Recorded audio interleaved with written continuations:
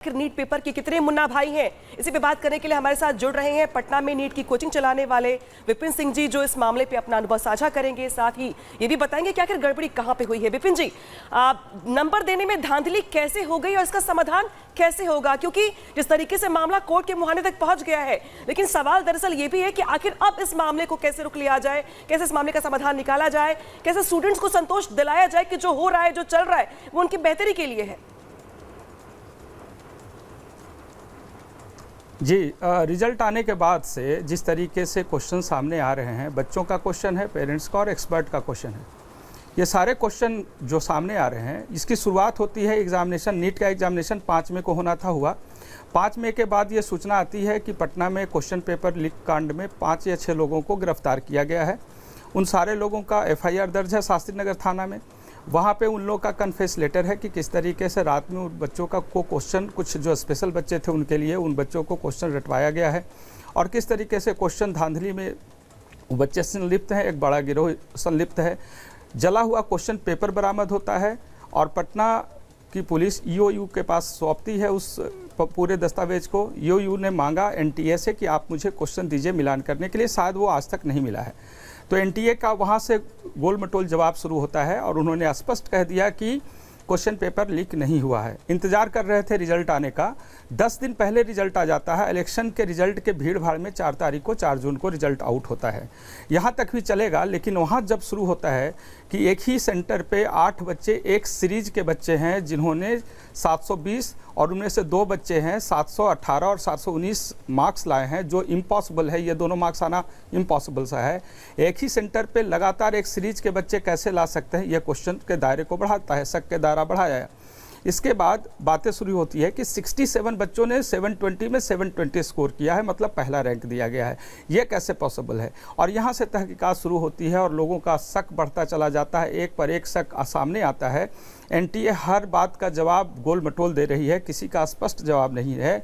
इसके बाद जब 718 और 19 मार्क्स पे पूछा गया क्वेश्चन, तो रात में अफरा तफरी में 2 बजे के आसपास में प्रेस रिलीज होता है और उन्होंने कहा कि नॉर्मलाइजेशन प्रोसेस के माध्यम से कुछ बच्चे जिनका समय कम मिला था एग्जामिनेशन में, ऐसे बच्चों को ये मार्क्स दिया गया है एवरेज निकालकर।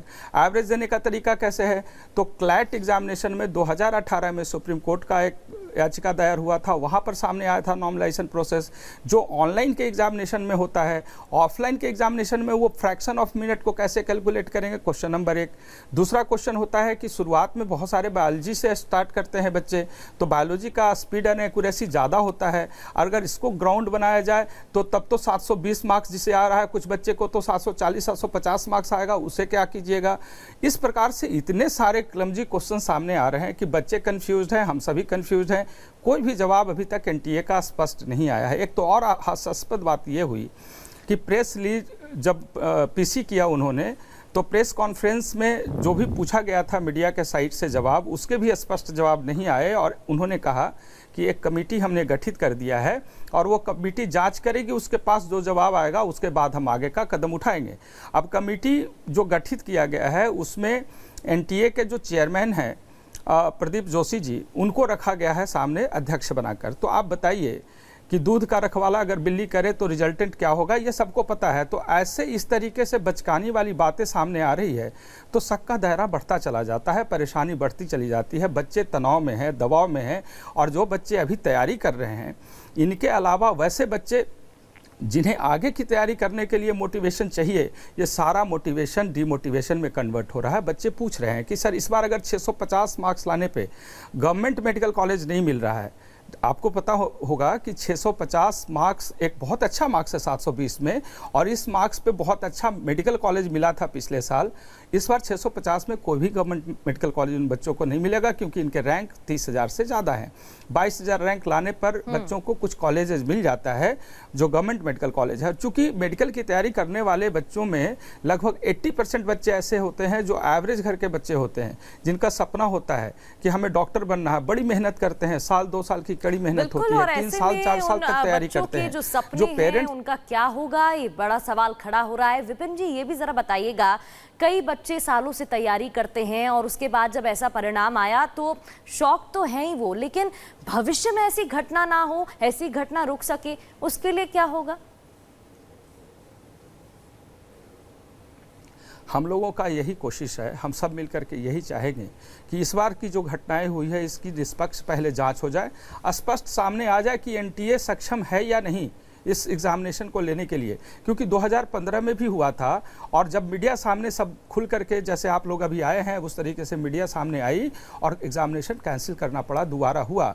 और आप देखेंगे कि बीच में इस तरीके की बड़ी धांधली नहीं हुई, छोटी मोटी तो होती रहती है लेकिन बड़ी धांधली नहीं हुई। इस बार फिर से बहुत बड़ा हुआ है। हम लोग ये कोशिश करें कि कोई एक अच्छा नियम बनाए, एनटीए या जो भी इंस्टीट्यूशन है जो एग्जामिनेशन कंडक्ट करने वाला है वो अच्छा नियम अगर बनाएगा तो निश्चित रूप से आने वाले समय में रोका जा सकता है। और रुकने का एक जवाब तो मेरे पास है, एक सोल्यूशन मेरे पास है जिसे हमने आजमाया है।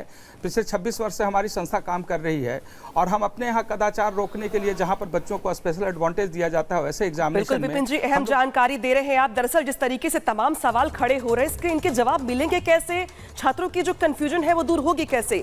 अब बड़ा सवाल दरअसल ये है कि देश भर में इस परीक्षा को लेकर, इसके परिणाम को लेकर स्टूडेंट्स में गुस्सा है, नाराजगी है, कंफ्यूजन है। वो छात्र अपने भविष्य को लेकर आशंकित है और ये भी सोच रहे हैं कि क्या कोर्ट के दखल के बाद चीजें बेहतर हो पाएंगी। इस कंफ्यूजन में हरियाणा के झज्जर इलाके से हमारे जतिन ने कुछ स्टूडेंट से बात की है, जरा सुनिए क्या कुछ कह रहे हैं इस पूरे मामले को लेकर। एग्जाम्स में जिन बच्चों को ग्रेस मिला और वो बच्चे 720 में से 720 मार्क्स स्कोर कर रहे हैं, 8 बच्चे बहादुरगढ़ के ही हैं। लेकिन बहादुरगढ़ में कुछ ऐसे बच्चे भी हैं जिनका सेंटर जो है वो दूसरे डिस्ट्रिक्ट में था, यानी कि रोहतक में था। वो बच्चे 650 स्कोर कर पाए हैं, लेकिन उसके बावजूद भी उनका एडमिशन उस टॉप प्रायोरिटी के कॉलेजेस में नहीं हो रहा जिन प्रायोरिटी के कॉलेजेस को ये बच्चे मार्क कर कर अपनी पढ़ाई किया करते हैं। कुछ बच्चे हमारे साथ, उनसे हम बात करेंगे। क्या नाम है आपका? कोमल। क्या स्कोर आया आपका? 641। 641। क्या लगता है कि 720 स्कोर करने वाले ही बच्चे 67 हैं, अब कैसे होगा एडमिशन? सर इस साल तो जो नीट ने किया है, एनटीए ने किया है, वो सरासर गलत किया है। 641 पे लास्ट ईयर रैंक थी 9000 के around and this year it was like 38,000। तो अगर हमने मेहनत की है एक साल तो हमें उसका फल नहीं मिला, अब हम दोबारा से ड्रॉप कर रहे हैं तो इट्स नॉट जस्टिफाइड। एनटीए ने हमारे साथ गलत किया है और हमें इसका इंसाफ चाहिए। क्या लगता है कि अगर आपका भी सेंटर बहादुरगढ़ में होता तो आप भी आज 720 स्कोर कर लेते? यस सर, क्योंकि बहादुरगढ़ वालों को ग्रेस मिला है और उसके अकॉर्डिंग, उसके बेसिस पे उनको 720 आए हैं। अगर 650 में मेरा सिलेक्शन नहीं हो पा रहा है तो इट्स जस्ट अ ग्रेस, कि उस ग्रेस की वजह से हमारा सिलेक्शन नहीं हो पाया। जबकि लास्ट टाइम 610 था जो हाईएस्ट गया था हरियाणा में। यस सर, तो उस टाइम तो उसको कॉलेज मिल रहा था। 641 इज़ अ गुड स्कोर, कि मतलब उसमें हमारा सिलेक्शन हो जाता है, अच्छे कॉलेज में मिलता है हमें एडमिशन। बट दिस टाइम हमें नहीं मिल पा रहा। आई होप कि अगर बहादुरगढ़ सेंटर होता तो शायद मुझे मिल ही जाता। आपका सेंटर कहाँ था? भिवानी। भिवानी में था। क्या नाम है आपका? सर तनु।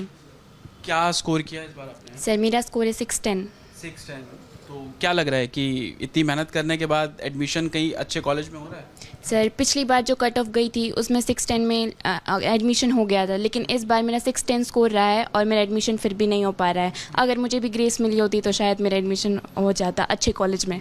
कहाँ था आपका सेंटर? बहादुरगढ़ था, लेकिन मुझे ग्रेस नहीं मिली। ऐसा क्यों कि उसी सेंटर के दूसरे बच्चों को मिला ग्रेस, आपको क्यों नहीं मिला? सर पता नहीं एनटीए ने क्या किया है इस बार, किन्हीं बच्चों को ग्रेस दे दी है, किन्हीं को नहीं दी, किन्हीं के 620 के 720 मार्क्स कर दिए हैं और हमें ग्रेस नहीं मिली। आपके साथ भी हुआ था कि 15 मिनट कुछ और, पहला पेपर दूसरा था, उसके बाद दूसरा पेपर था, या बहादुरगढ़ की किसी और सेंटर में आपका जो एग्ज़ाम कंडक्ट किया गया? सर हमें पहले हमें 2 सेट के पेपर दिए गए थे। जो एक सेट था वो तो QRST कोड था जो सबको मिला गया, लेकिन हमें जो मिला वो MNOP था। 5 मिनट ज़्यादा से ज़्यादा हमारे सेंटर पे वेस्ट हुई थी, उसके बावजूद एनटीए ने इतने ज़्यादा बच्चों को ग्रेस दे दी है और किन्हीं बच्चों को तो ग्रेस भी नहीं दी है। तो आपने क्या सारे सवाल अटेम्प्ट किए थे या कुछ मिस भी किया था? क्योंकि ये भी सुनने में आ रहा है कि जिन बच्चों ने कुछ जवाब नहीं दिए थे उनको उसके जो ग्रेस मार्क्स दिए गए हैं। सर मैंने 5 क्वेश्चंस छोड़े थे और बाकी जो मैंने किया उसमें मेरा 610 स्कोर बन रहा था। तो